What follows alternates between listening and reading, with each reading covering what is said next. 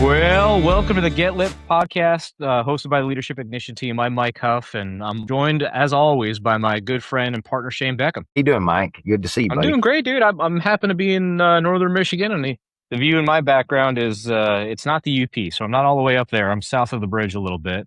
It's our family lake house, not mine at all, but I like to call it mine because I just hang out here all summer when I'm not working. Well, you've done a lion's share of work up there. Indeed. We've had a ton of projects, been a lot of fun, been good for my mind. I just think, you got to work with your hands. I do firmly believe, I think you and I have talked about this before, that, you know, people that don't ever get out and work with their hands and build something and create it's not good for the brain. And that's what we were meant to do as human beings. Absolutely, absolutely. We'll talk a little bit more about that today as we break down some of this episode. I know we've had a bit of a hiatus, but let's bring it back in today, and we're going to pull the curtain back on something super exciting that has been developed, and we've been teaching and coaching other people on, and we call that the discipline advantage. And I couldn't be more excited about this entire thing. Again, we've been able to go out and showcase some of this.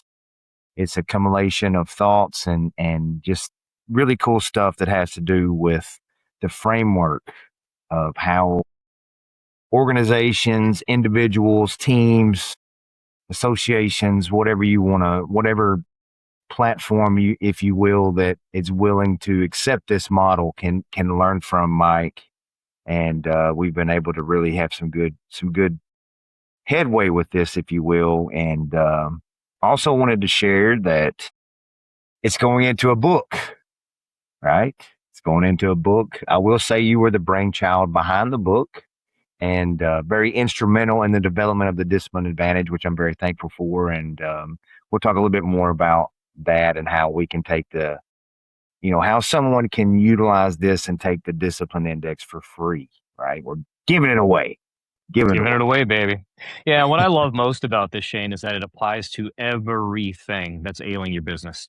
And, we've had a couple of posts about it on socials just to get folks kind of prepped and ready to hear about it. This will be our first chance to really tell people about it, aside from the great workshops that have already been underway and the ones that we're planning with businesses. And we're already making very important impacts to organizations that are trying to figure this out, right? And so what's cool about it is, think about it, talent development, recruiting, culture, financial performance, operational performance, growth, sales, whatever it is that's ailing businesses, this discipline advantage framework can be applied to that issue and can solve it. And really what it is, look, my favorite encapsulation we've come up with around this is organizations rarely outperform their level of discipline. And what's really cool about that we'll explore is it starts with the discipline of self. And once you achieve discipline of self, then you build discipline, which is discipline people. Then you build discipline systems, and you build discipline processes, and then you generate outperforming outcomes. Absolutely. So let's dig in a little bit about, why does this exist? What caused this creation to come about? By the way, I like the beard, dude. Me too. I'm just trying to be cool like you. So we've talked about this offline too. It's funny. 100% of people that I know are supporting the beard, except two. And as you mentioned, they're very important votes, right? It's my wife, not a fan, and my mother-in-law, not a fan. They both say it makes me look old, and yeah, well. Well, right now, majority rules, sir. Majority rules. Right. Majority rules at the moment, yes. I got a feeling it's going to be a coming and going attraction is my thoughts on that. I mean, ride the wave, baby. Ride the wave. Well, the good news is I'm up here with my nephews at the lake house right now. We'll get a couple more days down where they live near Lansing, and my wife's not around. So beard it is until I get back to her. Makes you look, that little seasoned look, right? I'm seasoned. Look, I'll be. I think I'm always a decent looking dude, but I think with the beard, it just look tougher. Look tougher. Hey, I wasn't going to say it, but I see it, bro. I see it. I get it. But so the discipline advantage, why this exists is you and I talked a lot about the evolution of not only where we wanted to go personally, but professionally. And a lot of the things that we have adapted as personal leaders, with meaning fixing ourselves, but also external leaders. And I do believe that the discipline advantage model encapsulate both of those. But one of the key concepts that we teach is it starts with the individual person.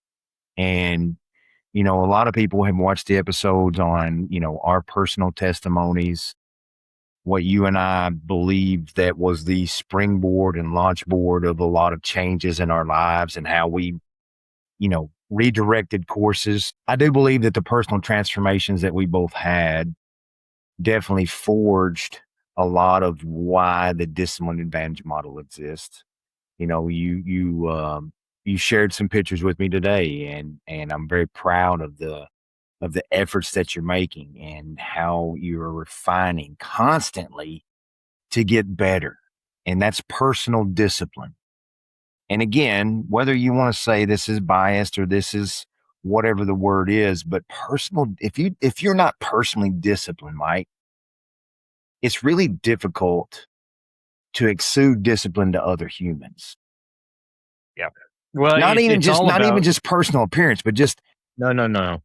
having Just personal discipline. look. There's a lot of folks who've got great personal discipline that doesn't transcend fitness. That's cool. I get it. There's a lot of reasons why that's not interesting to some people. That's cool, but you can still see they're a disciplined human being. They've got structure. They've got process. They've got rhythms. They've got design, and they follow that regardless of what else is going on in their lives. Physical fitness can be one of those elements too, and I think when people see that you're not personally disciplined, it's just like any other incongruent aspect of how you portray yourself when you're trying to be a leader. And so personal discipline, whether that be you maintain your calendar or it's the age old, you actually do what you say, or the things that you expect you're willing to do yourself. And, those are all very common things that you have to start with you first. I think that's absolutely true. And it's evident to everyone when that's not true. Absolutely agree. That's the thing. You see it. When you are personally disciplined, whether you mean to be or not, you are the thermostat of the room. Like you change the temperature, and you know that segues into the next point. When you have that level of personal discipline, it you really start to understand the motivation will be there for someone to start a new journey. It's always exciting. It's fun when the work actually starts and you're week 3 into this journey. Guess what? The motivation this is not fun anymore. I have to give up something. I have these people that want me to do this over here, but that means I can't work out today. It'll be okay. Well, then one day leads to two to three. I see this nonstop with the gym world. Like, full disclosure, I know a lot of gym people watch this, but we watch for trends.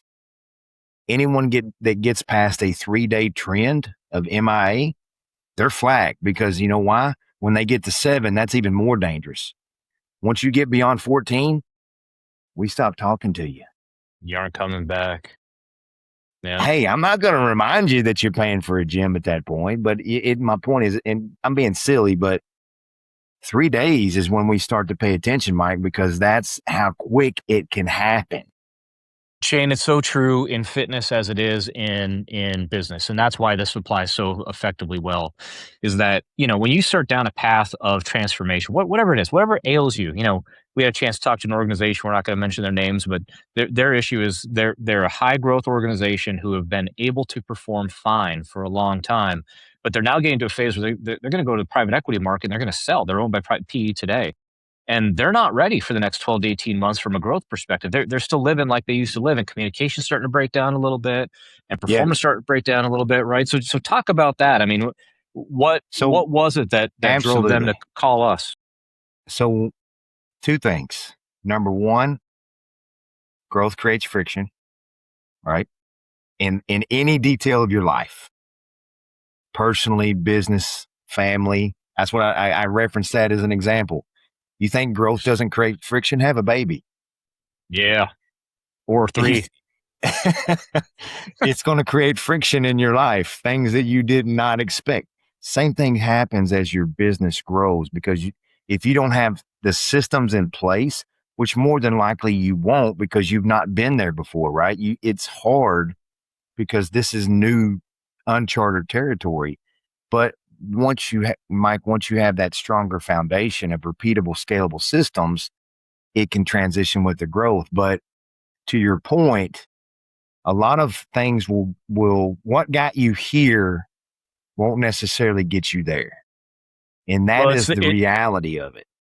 and it is the difference between potential and results, right? So it's this whole idea that I mean, a lot of organizations they don't have a talent problem. We talked. This is what started the whole thing was our discussion around talent versus outcome. Most organizations don't have a talent problem. What they have is an execution and a discipline problem to leverage that talent for whatever the new world is asking of them. You know, we talked about that through what happened to me at GAT. Everyone knows about that whole story through COVID, as we've talked about that in the past. And we look, we weren't ready for that. No one could have been ready for that. But we immediately shifted our systems and our processes and our technology to get through that better than our competitors and deliver still better products. And that's what you have to be able to do. And it really wasn't some new brilliant idea. It was just having the discipline to say, here's where we are, and what got us here ain't going to get us there. I'll take you back to a technology example before we kind of move into what is the actual discipline advantage. And hopefully we won't. I'm pretty sure I can say this, but you think about companies like you think back, Mike. We're older cats. Yep. How Too old. cool was it when you got that brand new BlackBerry phone? Man, Like you could text you, two you, ways. You you got the went news from that a showed flip up. phone to the BlackBerry, and buddy, you were somebody. Like That's right. I've got a BlackBerry. That's Whoa, that's got a speed wheel on it, right? I burned my speed wheel up. right. I broke it twice. I was a texting machine. What happened to BlackBerry? Growth creates friction. I don't have a case study on BlackBerry. This is just human observation. How many BlackBerry phones you still see running around in 2026? They didn't adapt to change, meaning, it's like anything else. Like someone can get red hot. Point is, what got you here will not get you there. And it's not just technology anymore, Mike. It's any business that you are in. If you are not willing to accept change and understand that growth is going to create that friction point, and if you just keep putting the blinders on and saying, we've done it this way and we're going to continue to do it this way, guess what your competitors doing down the road? They're utilizing AI. They're Yep. utilizing all this new stuff. And guess what they're going Yep. to do? They will slingshot past you because the foundational idea of what we're talking about, why the discipline advantage that exists is this. Discipline in one area can ignite transformations in other areas, right? So once you kind of get personally aligned and saying, if you're a leader, if you're a worker saying, I'm going to be disciplined enough to make this change in my department because I know that we have to get this done to move to the next level, and start preaching that discipline to your team in ways that we can teach, the sky's the limit, dude. Like it's repeatable. And that's what we want to do. So let's talk a little bit. I'm talking about repeats. I'm talking about all the things. So I know, you may have some points of why it exists. I'm not trying to rush you, but as we go through, why does it exist? What is it? What Yeah. is I the mean, disadvantage? I'm going to add one more thing on why, and then I'm going to get into the what. So first is, and by the way, I don't know what's going on today, but the bees have decided that this is a great No, place to hang out. I wasn't going to mention that, but I saw you get swarmed there a couple of times, and I was a little Yeah. proud of your So your resilience there. You just kind yeah, of like, yeah, hey, you're not going to bother me, B. yeah. So as long as I don't smack at them, I should be okay. But if you see me running, you'll know that's why. So first, importantly, why it exists is that we've got what's called a performance gap in almost every organization. Almost every not almost every organization has a performance gap somewhere along the way, and that's the distance between an organization's potential and its consistent results. And so and what we're doing with what we call the discipline index is measuring that gap. And so we measure that gap and say, look, in these 9 elements, if you include the AI readiness component of it, which I think every organization needs to evaluate for themselves, here's how far you are from where you truly want to be. And we tell you first what are the 8 elements outside of AI readiness that are crucial to your long-term growth and success. And then we have you measure against them. So we're going to talk about that a little bit today. But, you know, let me give you the core definition. I'm going to read the core definition because I think it's important that we get this exactly right. It says the discipline advantage is the organizational strength created when discipline leaders build discipline systems that produce discipline execution. How awesome is that? Right?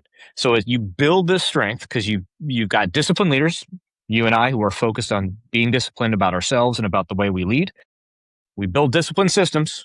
This is not about you just do whatever's the flavor of the day and you grab whatever's willy-nilly, and then you produce discipline execution. There's expectations around performance. And I think when when I first drafted this and we started talking about it, the word discipline concerned me a little bit, to be honest with you, because that to people feels negative. It isn't. It's empowering. After we spent more time workshopping and frameworking and building it, discipline is empowering. But when you hear that word, it does feel a little confining. What are your thoughts around that? Well, the core definition is amazing, but here's the thing, Mike. What does it mean to be a disciplined leader?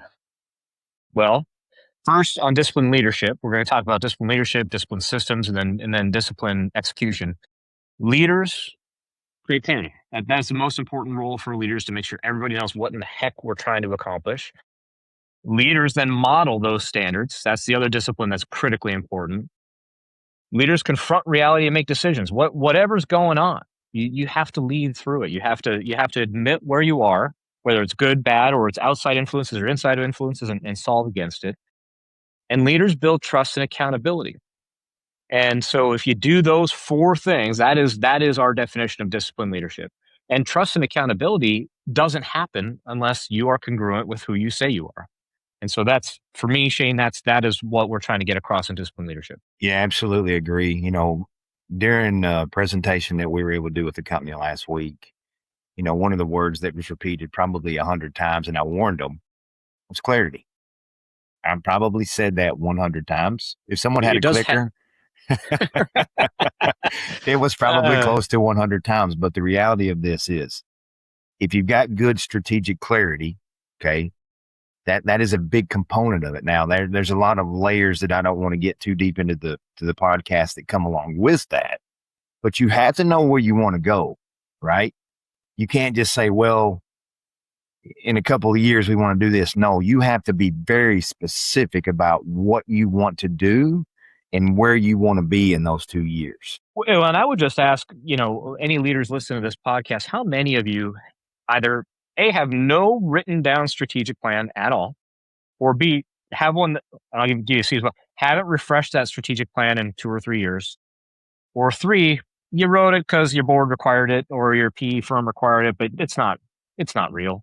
I mean, and that means you don't have clarity, because if you didn't spend the time with your team, you can't write it by yourself, by the way. I know a lot of leaders, CEOs who've done that. You got to write this with your team so everyone's fully aligned. If you don't have that strategic plan, you have no clarity on where your team has no clarity. They don't know what you want. And then you get frustrated because if it lives here, and it doesn't come out and transfer, then there is no strategic clarity. And to your point, even this, from what I've seen, Mike, transitioning into the smaller business world, corporate organizations like where I came from, the paving industry, there is very high prowess with strategic planning. Okay. It may not always come, there's a lot of gaps, okay, in that. Because there's discipline along the processes and systems along the way that's missing, that there's gaps all the way down to the frontline guys. Yes. But there is a lot of strategic planning. What I see now as I've morphed into the small business world, myself included, when it gets down to take gym ownership, I know a ton of gym owners. There's zero strategic planning.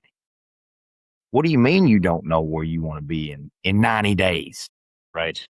What about 1 year from now, 3 years from now? What's your plan? And I've even been beating my own daughter over the head with her small business and her clothing store. I'm like, you have to build a performer. What's that?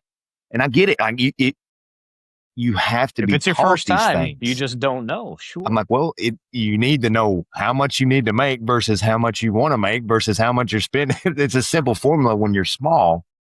Obviously, that expands when you get bigger, Mike. But my point is, a lot of small business owners, and I know it's not even just small business owners, it's bigger ones too, but I've noticed that it progressively seems to get worse. And I think that is, if you want to be the best at what you do, no matter what size your company is, you have to be a disciplined leader and apply all four of those points.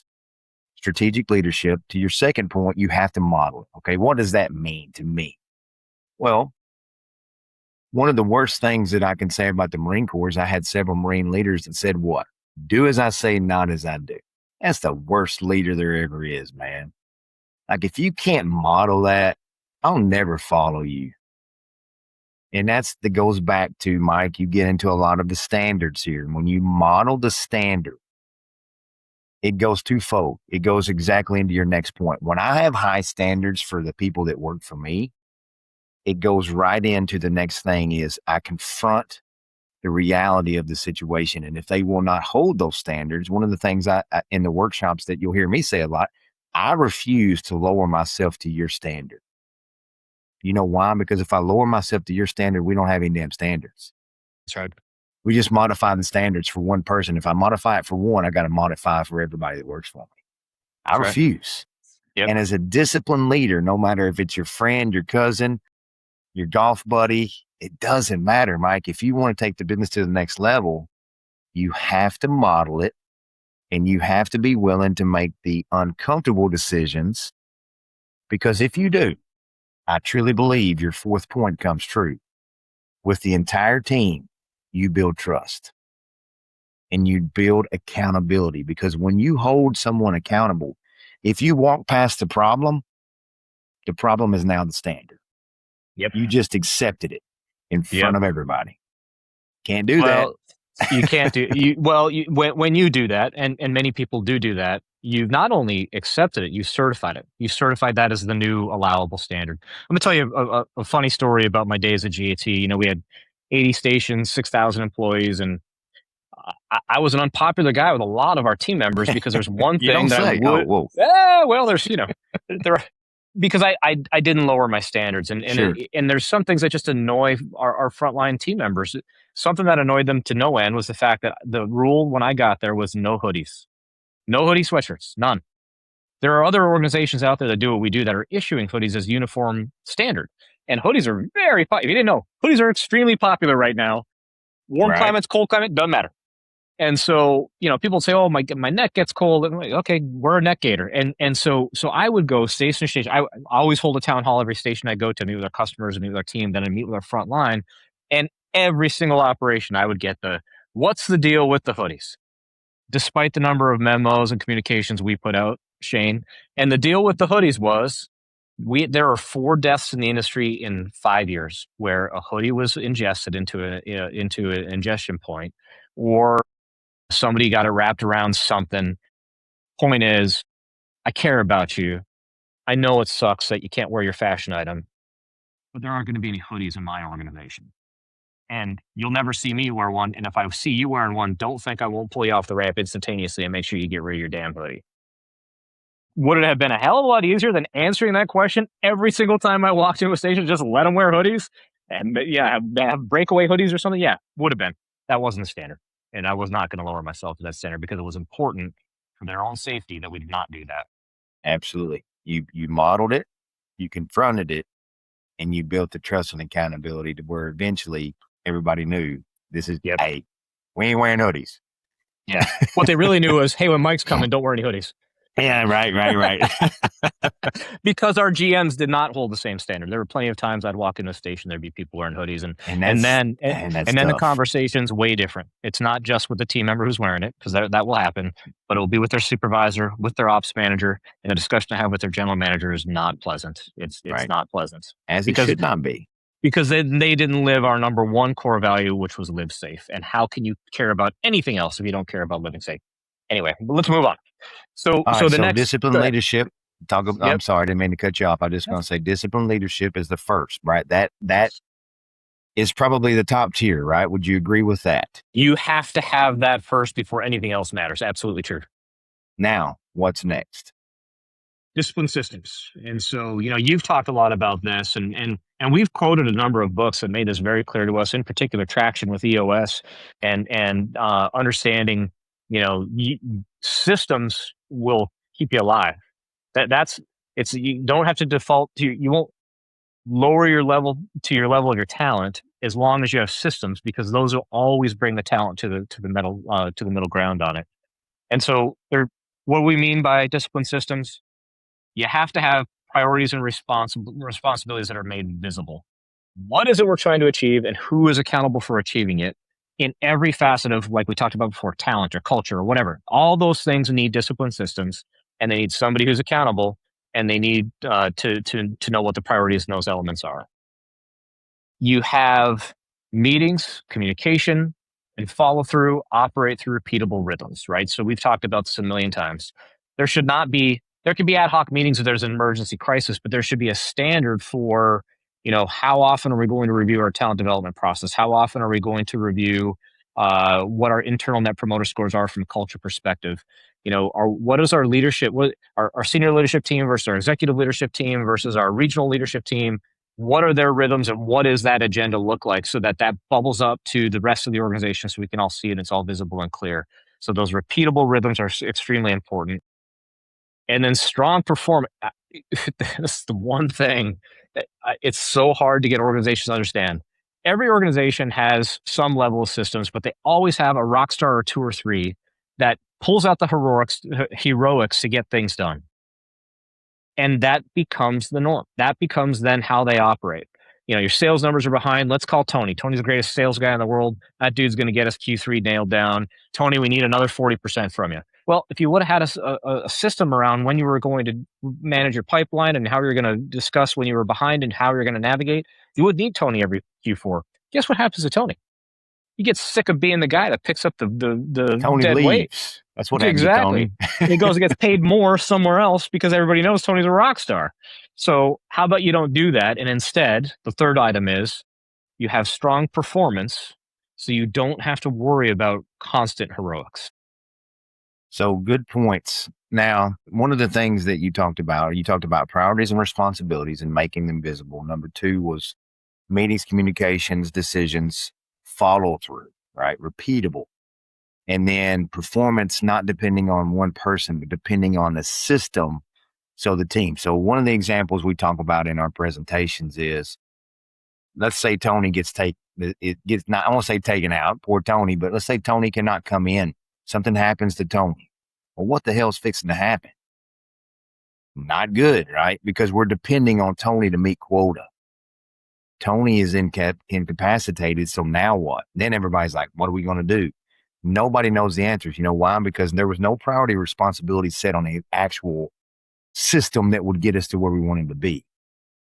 A lot of things that I hear, and I heard some of this last week, was, well, nobody knows what the right hand's doing to the left hand, and we have all this stuff coming in from all these different directions. I met and had lunch with a former colleague the other day. We have this system that does this system does this, and if we have the greatest system that will combine all of these, but we've got one department that won't use it. It's everywhere because unless you can get everybody to buy into the same systems, Mike, and that goes back to being a disciplined leader. This is where your executive leadership team has to come together and say, okay, for our strategic plan, let's solve why are we using 18 different apps to do one thing? Just a random example. There's millions. You know how much money can be saved? People don't think about because you know why? Those are ancillary. Well, when you get into my world, you think about every penny, right? So I have to think about those things. When I was in corporate America, I didn't think about that crap. Didn't care. This is what we use for this, is what we use for this, because there's enough money to cover that, right? But think about how tighter and more money you can get for your budget. But your point is, you have a meeting about that, Mike, but here's the difference between what we're saying and what happens a lot of times. A lot of times you have meetings about meetings, or you have meetings and you solve absolutely nothing. Are you leaving that meeting with a clear directive for what needs to happen, what rhythm is next, how is this repeatable, and who is responsible for what? When's the deadline? When are you going to show up with it? When's the deadline? And then when you get to the next meeting and they don't show up with it, That has to be called out, and that has to be an unacceptable behavior inside your organization. This is where discipline starts to sound like it's negative. It isn't. It is. It's not a. It's not even. A, it's not even a What's not a punishment? negative. No, it's not. It's not a negative. It's just, hey Shane, hey, you're supposed to come today with 6 new sales targets for us to get after. You got them? You don't have them, Shane. Understand, our process requires us to show up at these meetings, prepare, ready to go. If you can't do that, you need to raise your hand in advance so we don't come here and waste everybody's time. Let's not do that next week. Next week, have your 6 items. It changes the dialogue versus, oh, okay, well, let me know when you get it. Yeah, absolutely. Because to your point, discipline's not punishment. It's not rigidity, and it's not micromanagement. It goes back to, I'm going to confront reality, and I'm going to hold people accountable and make decisions for us to move forward. And by the way, it's not because the CEO or the SVP or whoever said so. It's because we all agreed this is what we were going to go do. Right. And this is what we signed off on. And so now you're not letting down your boss, you're letting down your team. And that's a whole different environment than what gets created in a lot of worlds today. All right, Mike. So you've got leadership. Yep. You've got systems, right? Those are, we're going fast, but these are highly important targets. Well, because there's so much to this, right? There's many layers to this advantage. Yes. So you got leadership, systems. What's next? Disciplined execution, Shane. We talked about this a little bit, and we just kind of commented on it just there as we talked about systems, which is you take that strategic plan and you create actions throughout your organization to go achieve it. Sounds simple. Sounds like, yeah, well, that's what you do, right? It's not, okay, but people don't. Businesses don't. It doesn't get all the way down to the frontline team members. It doesn't get all the way. Sometimes it doesn't get beyond the executive leadership team. It's like, we all know we're doing this stuff, but they've not taken the time then to break that down into what the accounting department's going to do to meet those objectives and what the HR department's going to do to meet those objectives. And when you get to operations, maybe the RVPs or whoever knows, but the GMs don't know. And certainly the guy running the paver doesn't know. Certainly the person marshaling the aircraft doesn't know. Why don't they know? And that's what you have to do if you want to be disciplined, is have disciplined execution all the way through the ranks. Second, as we talked about before, owners, deadlines, and measures and consequences, most importantly, are clear. Because the problem is that I think a lot of people do write pretty decent action plans. A lot of organizations create pretty decent action plans. But the truth is, most organizations do not have consequences for failure to enact. Just think, you're a leader out there, whatever level of leader you are, or hell, you're a frontline person, you're frustrated with what your leadership's doing for you. How much more effective, how much faster could your organization run if there were actual consequences for those who didn't do what they were supposed to do? You don't count on Tony. You count on the systems and everybody to be rowing the same direction. And third, teams consistently finish what matters most. This is one of the things that's hard for a lot of businesses. There's like you heard in your discussion with the team that we engaged, there are a billion priorities, and there's I think it's Atomic Habits that talks about the whirlwind. I can't remember. I think it is Atomic Habits. It talks about the whirlwind, and the whirlwind is all the stuff that comes into your daily task. Got it. I will handle what has to be handled because it's an emergency, but I will say 99.9% focus on that which matters most, which is the strategic execution of the business. Thoughts? Absolutely. Well, they kind of sum up a little bit. There is 2 points. Number one, the goal is to get greater clarity, right? Yes. Executionally, systemly, and leadershiply. And then also, we want greater clarity, we want greater freedom, we want greater speed, and we want greater consistency. That's another key, Shane. You said a very important key word there we have not talked about yet, is freedom, which is you can't do all this stuff from a disciplined system and then still micromanage your team. Dang it. You can. You will slow everything down. The other word you use was speed. You have to, once you build this, and we all agree this is where we're going, and we all have our plan, and we all have our, you got to let folks run, man. You have the talent you need now. You got to let them run so you get that speed and you get the freedom to execute. Decision speed is something we'll talk a little bit deeper about as we move forward, but absolutely agree. And you hear that a lot with people we talk to is, well, I have 15 layers that I have to go through to make one decision. Well, I'm not saying that's right or wrong, but sometimes more is not more. Yes. More is not better, right? You are employing these people as executive leaderships. positions. That's what you're paying them to do. So let them be that position. Okay. I'm not saying people don't, but a lot of people don't. But the last point that I'll reinforce here, Mike, is just accountability is the actual respect when expectations are clear with a follow through that is fair. Okay. You set the standard, you model it, you provide the system, and then you execute it. Nobody can not argue that you are moving things in the right directions, and that's how that accountability and trust is really going to resound. Yeah, man, the people around you want you to be held accountable just as they're held accountable. It is a sign of respect, an act of respect, as long as everything was clear and follow through is fair, meaning everyone gets treated the same way, that we're all held accountable the exact same way, and the expectations were put in the front end. Couldn't agree more. So Shane, if the discipline is the bridge between potential and performance, how does an organization know where that bridge is weak? It brings us to the framework. Now we have not even talked about the framework yet. That's a high level. Here's what we're going to achieve, and ultimately we're going to talk about the discipline index that measures that framework. So I want to get through these. I don't want to fly through them, but I want to cover them pretty quickly because we've already hit on a lot of these as we've had the general discussion about what it is. So now when you talk about the 6 stages of discipline framework, number 1 is you have to discover. You have to confront reality about where you are right now. Okay. That includes, excuse me, that includes your leadership team.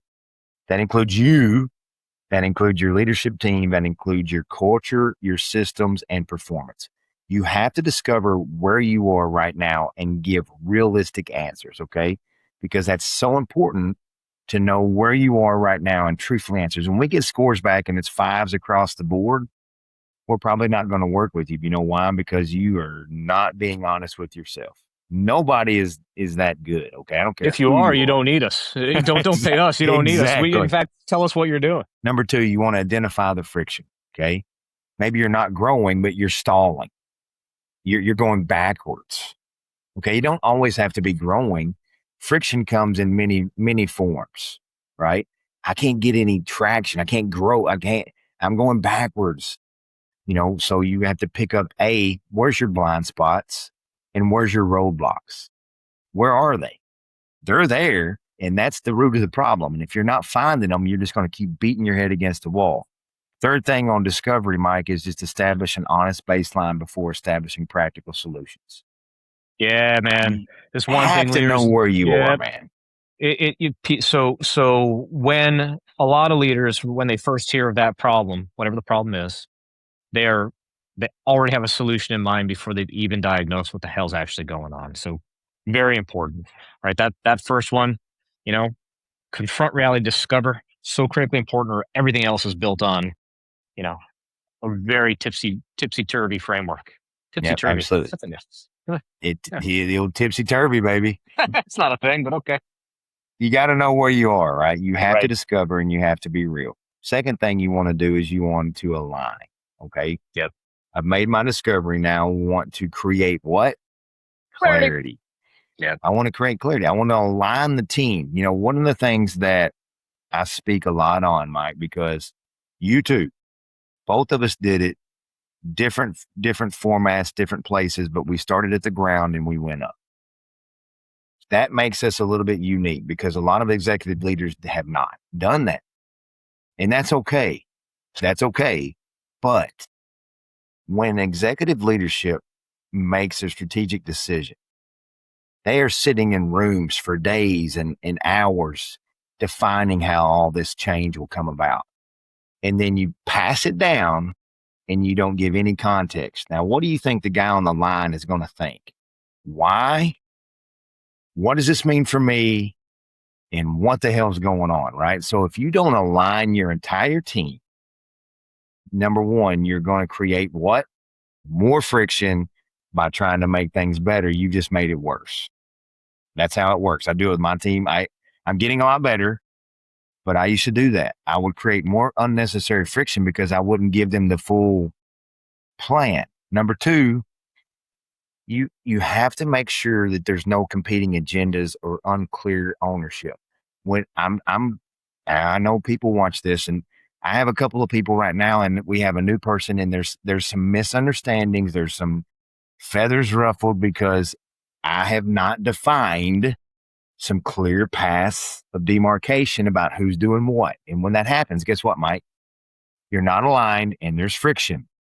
Yeah, for Number sure. three is make sure every organization is solving the same problem. If you don't identify what's been discovered as the problem, how the hell can you tell someone to help you solve it? Hey, we're Well, and the not making hardest any money. Okay, why are we not making any money? What's the root cause of that? and the Because you hardest guys part are around working, you're working on the wrong parts. What parts do I need to be working on?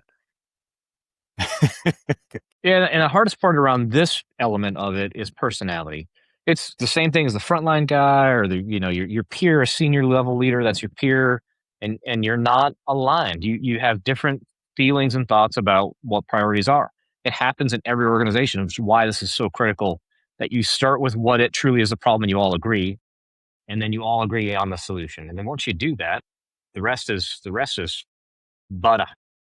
Easy to say, hard to do, but if you That's develop the right. discipline advantage model, Mike, and truly follow it all the way through, these things become a lot more concise.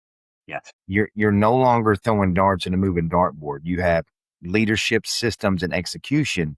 And if you follow that model, you'll become aligned. There's no way you can't, which leads us into the next thing. You want to equip, you want to build capability.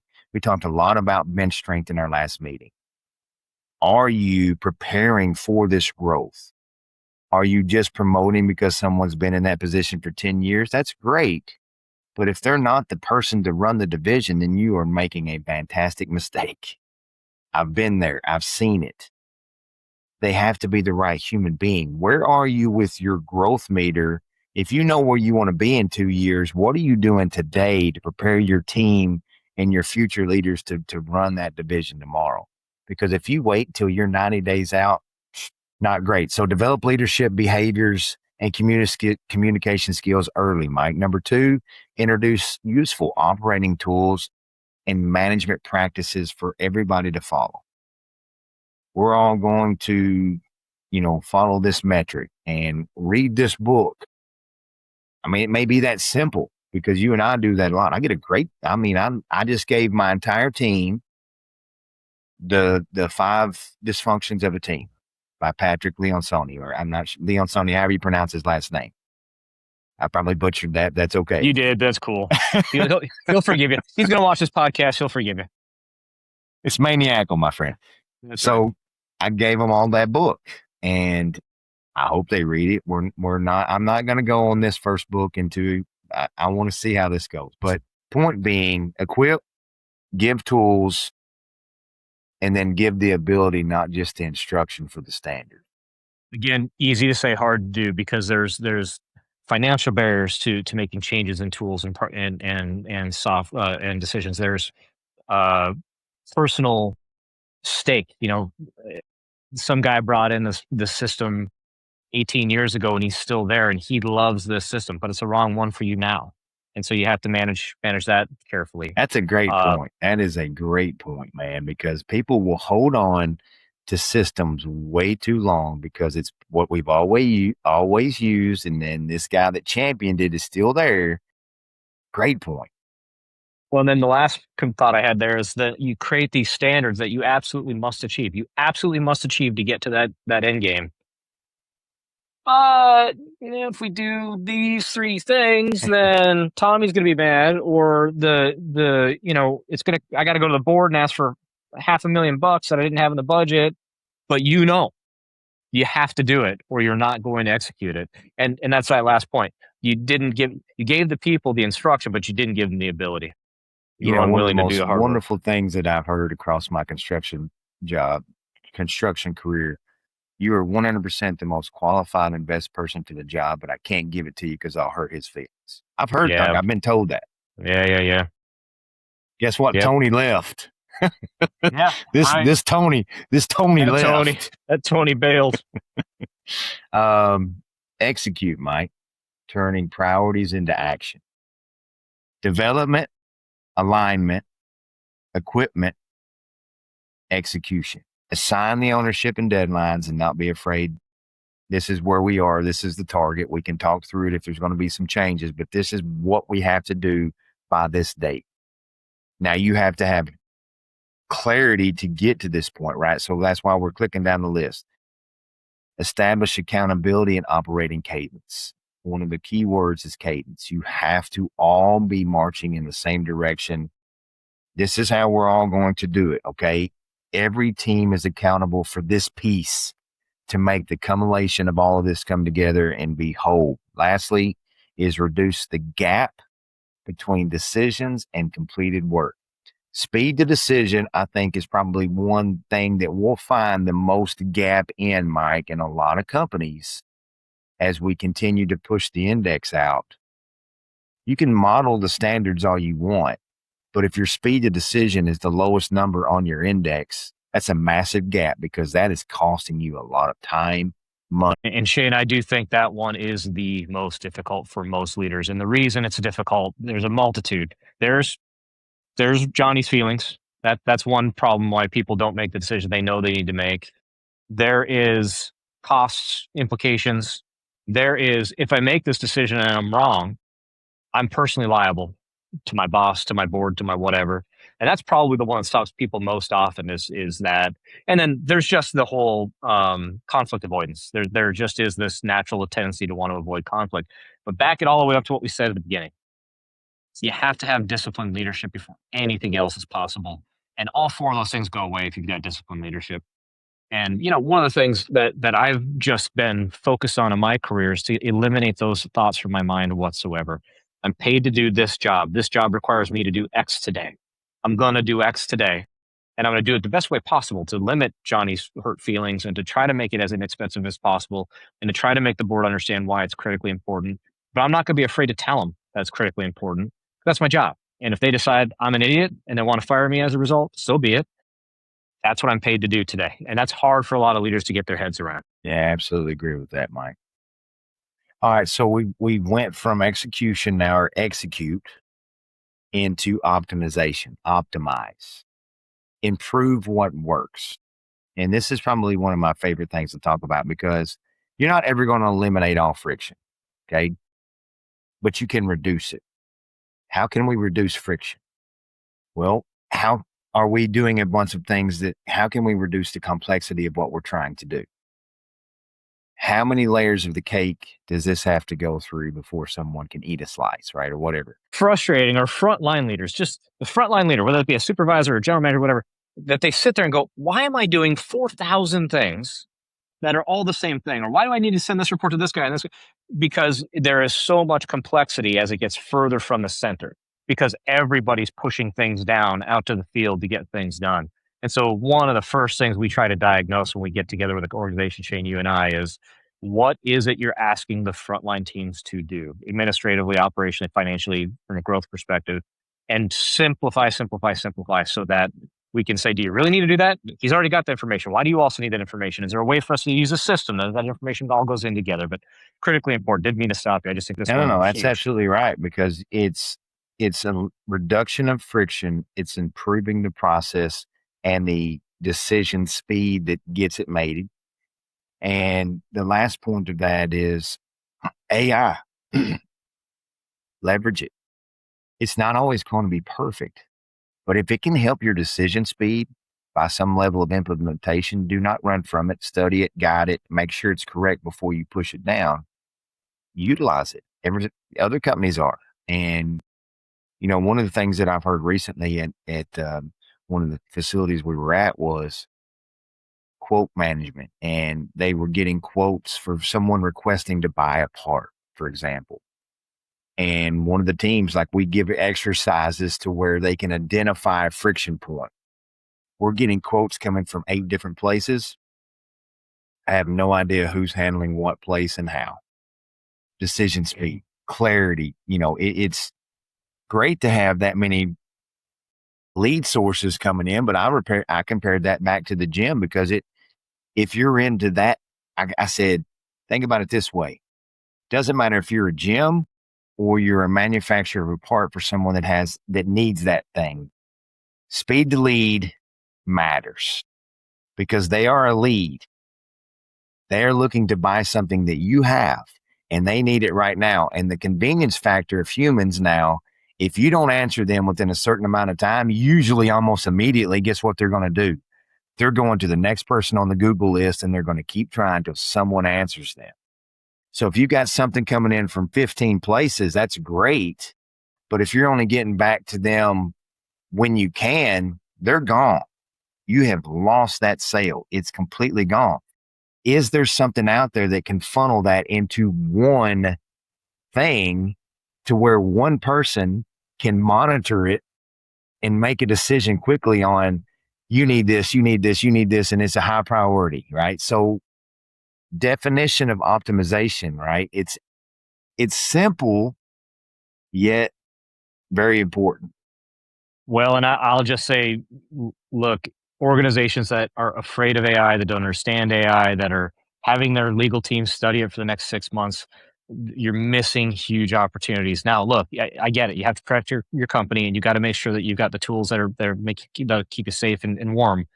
But Shane, you and I, just in our own business, how much have we leveraged AI to build the leadership ignition team? A, a, a ton.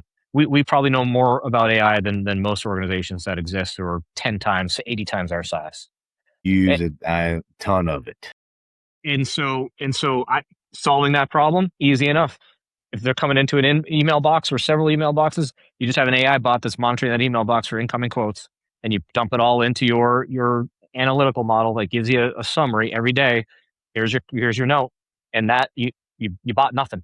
You bought nothing. You just put together a model that makes perfect sense. So anyway, we're huge on it, and we think it is the wave of the future. People are scared of it mostly because they're worried about job loss. I don't think it's going to result in massive job loss in a big way. It's like all new technology is going to result in job shift, but I think as we start talking to organizations about how they're leveraging how our AI readiness measurement as part of our index, what do you know about it? Who's using it? By the way, if you're a leader listening to this podcast, people are using it in your business today, whether you like it or not. So wouldn't it be good to have a disciplined system around how and when and where we use it, so that you can protect your company from things you don't want to execute on? Sorry. Absolutely agree with That that. could Nope. that you know what? Let's make that our next podcast anyway. I think AI utilization is a good one for about an hour's I, talk. I agree. I agree. So after you optimize it, Mike, you have to sustain it. You have to make it repeatable. You have to make it, how can I hand this down to the next tier and the next tier or the people that come in behind me? This has to become a repeatable process.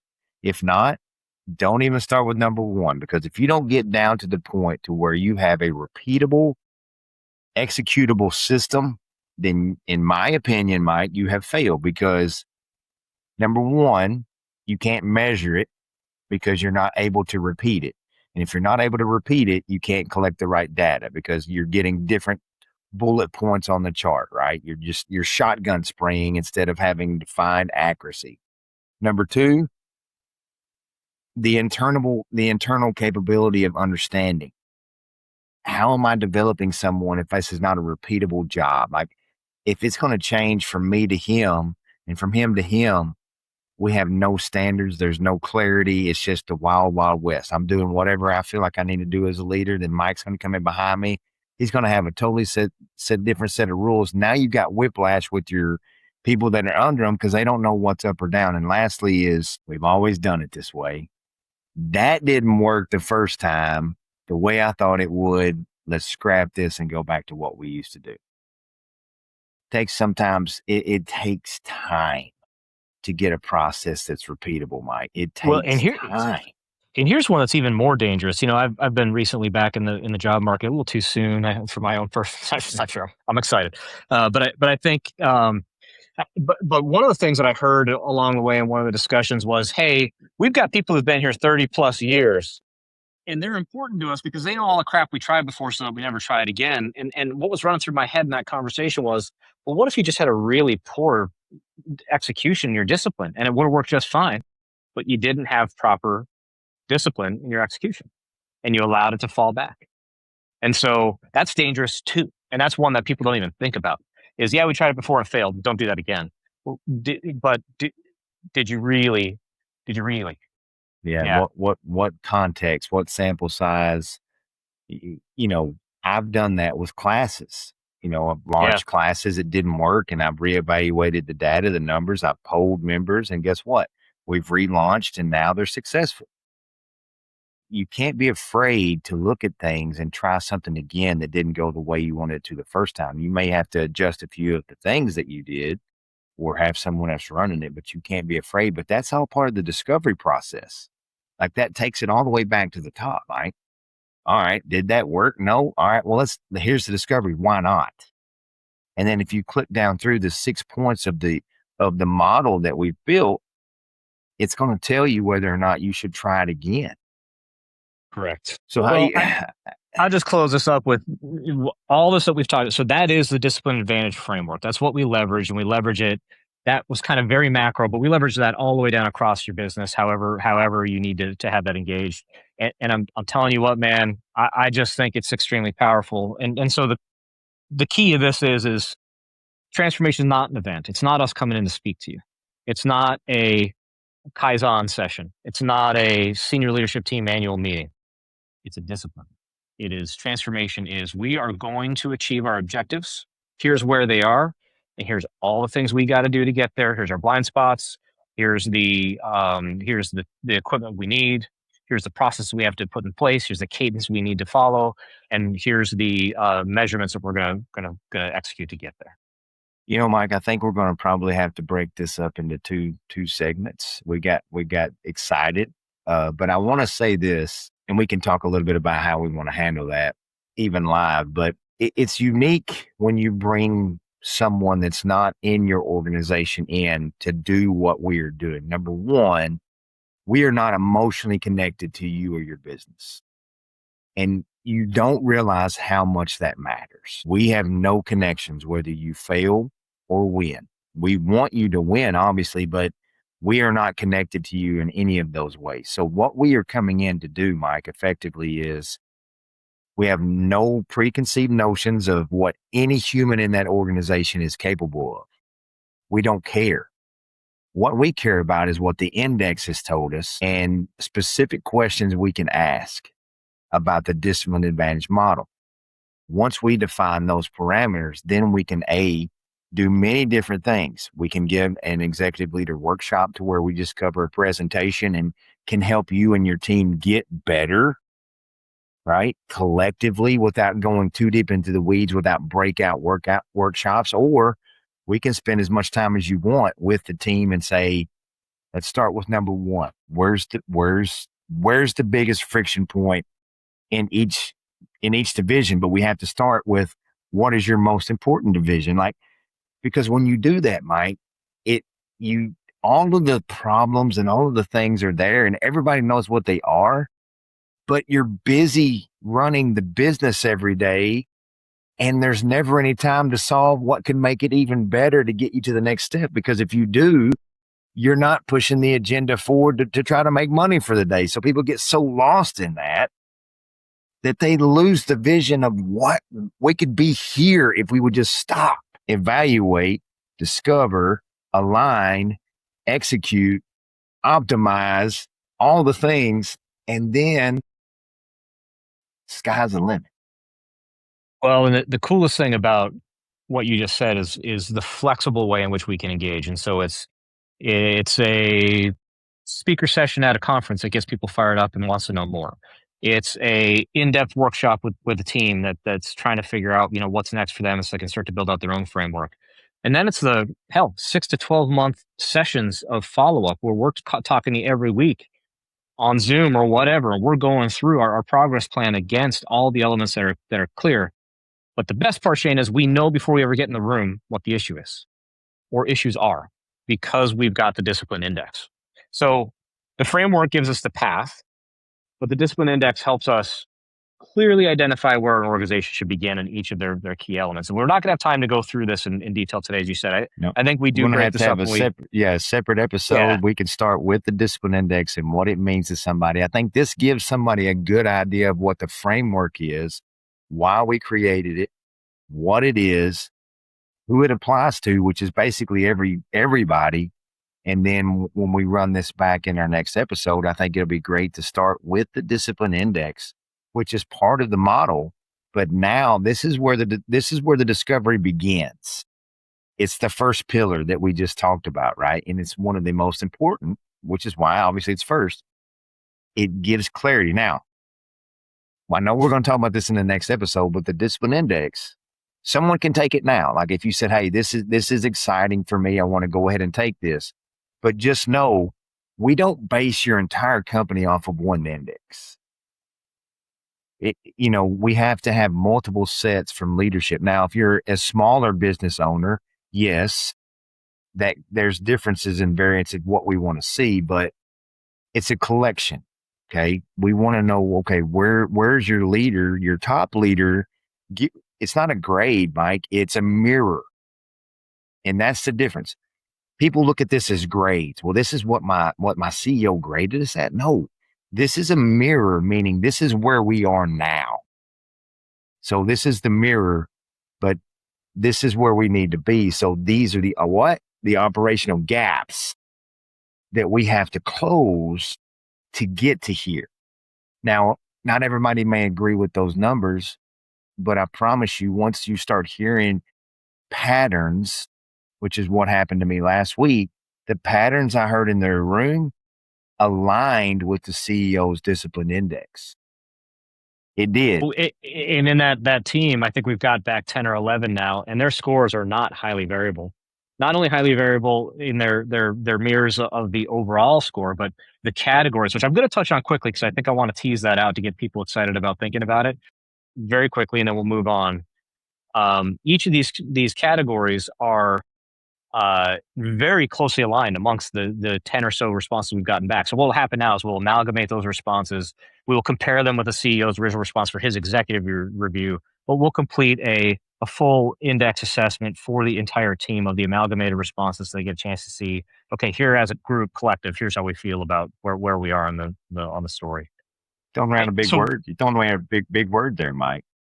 I got a few. I try not to use them with you, man. I try to keep I'm a wordsmith, but I'm not heard that. I've heard the word. I know what it means, but that is a rare use. I'm proud of that. a rare proper use of the word amalgamating. So what do we measure in the index? And we're going to tell you how to get to it, and then we're going to wrap this thing up. First is we've talked about this already. Leadership. We're going to want you to assess your leadership team. By the way, it's a 10 to 15. If it's 15 minutes, it's because you're really thinking. If it's 10 minutes, it's because you're putting in the effort. If it's 2 minutes, it's because you don't really care. You're just responding to get through it. So it's there's 5 questions in each of these sections that's trying to assess what is the capabilities and the performance of your current leadership function. Then how about strategic clarity? We talked about this a lot. Does everyone know? Are they all aligned? Are they all focused on the same thing? Number 3, importantly, communication. I'm guessing if strategic clarity isn't great, it's probably because communication probably isn't great. Fourth, critically important is culture. You could have great strategic vision, you could have great communication, but if that communication is negative or the culture is toxic, it's very difficult to move beyond to the next step. The next section is around accountability. Are people held accountable if they don't show? You might have a great culture. Everyone loves everybody. That's because no one's ever accountable for anything, right? It's just sort of kumbaya and everyone's just having a good time. And then the next is execution. How good are you as an organization at getting stuff done you said you were going to do? And then operational excellence. Does it result in the performance outcomes that you expected? Do the numbers match all the effort, design, and process that you put in? And then a very important one is talent development. We talked about it a bunch of times today. Do you have the tools and processes to get your team ready for the next level? Are you ensuring that you've got 9box and that you've got people slated for what they have to do next to get to the next level? Are you preparing for eventual leader turnover? Then the last component of this is technology and AI readiness. And this is an optional module. We don't require everything else. You start taking the assessment, you have to answer all the questions. This one's optional. Some organizations don't even want to talk about it, but I do think it's critically important just to know where you are, because as we said, I'd be willing to bet it's going on inside your organization today. So the way we do this typically is the first time we have contact with an organizational leader, we say, hey, just take the index. It's really cool because the way we've built this model is you'll take the index and within 5 minutes, you're going to get a full detailed assessment back with leadership insights, every element of what's wrong from your own viewpoint in the organization, what to do about that. 3 things to get after right now for each of those elements to try to get after it. And then, that's your personal score that you get back. And then if you deploy this to the rest of your team, we'll pull that together, we'll amalgamate it, pull that together to get you the scores for the entire organization and give you that sort of combined entry level point. And so, Shane, how do folks get to that today? How do they just go take it for free? So two ways. Number one, I'm gonna encourage you, sir, that we dropped it into the chat. Is there a way to drop it into the chat of the podcast? Yeah, we can pin it. We can pin it as the first comment in each of the Okay. distribution channels. I think that's probably a good way to get Oh, it out there. yep, Let's pin that. we'll do Let's that. pin. We're gonna pin it here so you can find it here. But if for some reason it doesn't happen the way it should or something doesn't work right, I challenge you to go to our website, not only to find the discipline index, but it's a rebranded website. There's a lot of great stuff on there. I'll give credit where credit is due. Mike has taken the website on and he has done a fantastic job with the rebrand. I cannot take any credit for that. As many things I can't, but he's done great with that. So that's www.leadershipignitionteam.com. You can find us there. You can listen to this podcast on Spotify, YouTube, or Apple Music, all of the platforms. It will also be posted on YouTube as well. And we'll make sure that that index is also, you can always reach out to us. Mike, maybe we pin the email in there as well. It's Yep. ignite at leadershipignitionteam.com. When you send that, Mike and I receive that email directly. I will say this, shameless plug. Our 2027 is starting especially the spring months. It's getting busy. We're getting booked, opportunities to come in as keynotes and stuff like that are getting smaller. We have some runway left this year for some teams and things like that. But if you guys have interest in having us coming in, please make sure to reach out because we are getting a busier schedule and we are booking dates in 27 actively, and 26 as well. We have things going on and we love sharing this. We have fantastic presentations, Mike, that we mold to whatever organization we're going to. Okay. It's not generic. We don't just throw something up that's like we talk about being repeatable. But when it comes to this, we have to be a little bit flexible with who we're talking to and how Well, we the mold process it. and how we develop it is repeatable, though. We know exactly what we Yes, get your yes, yes, information. yes. We have the Q&A we do with you. We get your information through your index. We know exactly then what to do to make our presentation appropriate for you. And we love it. I love the Uh, index. I love the advantage model. It is a refresher. And I think we got about 2 minutes left. We're going to have a 1 hour and 10-minute session. So let's talk a little bit about the book, Mike. Let's give a little yeah, teaser man. about the book. Yeah, How's the man. book So coming? How you doing it, on the book on your we're end? we're doing good. So we've got a lot of work to do to get that out. I think we're probably 5 to 6 months before first draft is ready to be reviewed I in, was in going to say full. we're about 3% in. Yeah, but what I do know is that it is probably man, I won't discount it. It is the most exciting thing I've done in my professional career is to spend time with you to develop this framework and to have a book that I think is going to catch fire, dude. I mean, if we get the right marketing, the content's going to be great. Can we get the writing is going to be great? Can we get the right marketing is the question. If we can, man, I think there's going to be companies all over the world that are going to want to use this book as a lesson guide, and then they'll be calling us to help them figure out how to implement it. Exciting stuff, man. Yeah, It only took yeah. us how many years to figure some of this out? Well, we started off by 50? training guys, right? We started off just thinking we could help people in their own personal lives, and we can, and we still do. But this is bigger. This is something we can do that's really gonna really help in a big way. Yeah, it's good to see, man. And Yeah, we you should too. probably do more of these podcasts. Well, we've been busy doing this other stuff, but I think we should. I had a guy who reached out to me. I sent you a text. He said I hadn't heard. I left the industry in February and hadn't spoken to him since probably November. And he said, "Hey, just so you know, while I'm working out, I love listening to your guys' podcasts." And so I said, "Hey, another one's on the way." So yeah, we need to do more of this because I think people are looking for the content. So do we have the capability to be in the same room? Yes, we now do. So now our platform that we record this on, I'll give Riverside FM a shameless plug.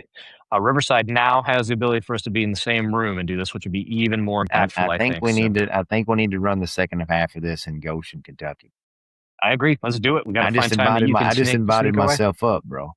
Well, you love that little guest house you hang out in. You got your own. I have my own house when I go there. I may break something every now and then, but I got my own house. I think every time is what's happened. 2 things last time. Sabotage, sir.